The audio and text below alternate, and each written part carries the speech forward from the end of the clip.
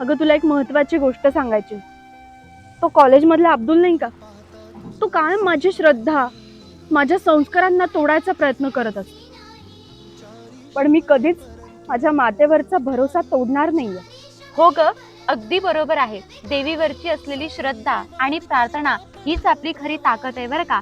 त्या अब्दुलच्या लव जिहादला तू बळी पडू नकोस, कारण देवीवरचं प्रेम, देवीवरची आपुलकी आणि देवीबद्दलची असलेली श्रद्धा हेच आपलं खरं बळ आहे बरं का.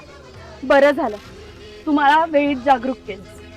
आता मी फक्त स्वतःसाठीच नाही, तर माझ्या इतर हिंदू भगिनींसाठी, मैत्रिणींसाठी देखील जागरूक राहील. देवीच्या चरणी असलेला विश्वास घेऊन मी आता लव जिहाद विरुद्ध शौर्य दाखवेन आणि या अब्दुल सारख्या फसव्यांपासून कायम सावध राहील. होय, अगदी बरोबर आहे. आई भवानीवरची जी श्रद्धा आहे ना, तीच श्रद्धा आपल्याला आपलं मन, विश्वास आणि संस्कृती जपण्यासाठी खरं बळ देते. याचा ना मला प्रत्यक्ष अनुभव आता आलाय बघ. या वर्षीच्या नवरात्रात 9 दिवशी मी माझं मन आणि विश्वास अधिक प्रगल्भ करण्याचा प्रयत्न करेन. देवीवरील अखंड विश्वास म्हणजे धर्म आणि संस्कारांवर अढळ श्रद्धा ठेवणं. नवरात्रीच्या नवरंगातून जगदंबेच्या विषयी दाखवलेली श्रद्धा आणि निष्ठा हीच आपल्याला लव जिहाद्यांविरुद्ध लढण्यास शौर्य दाखवेल. जय मा भवानी. जय हिंदू संस्कृती. प्रसन्न होसी निज दासा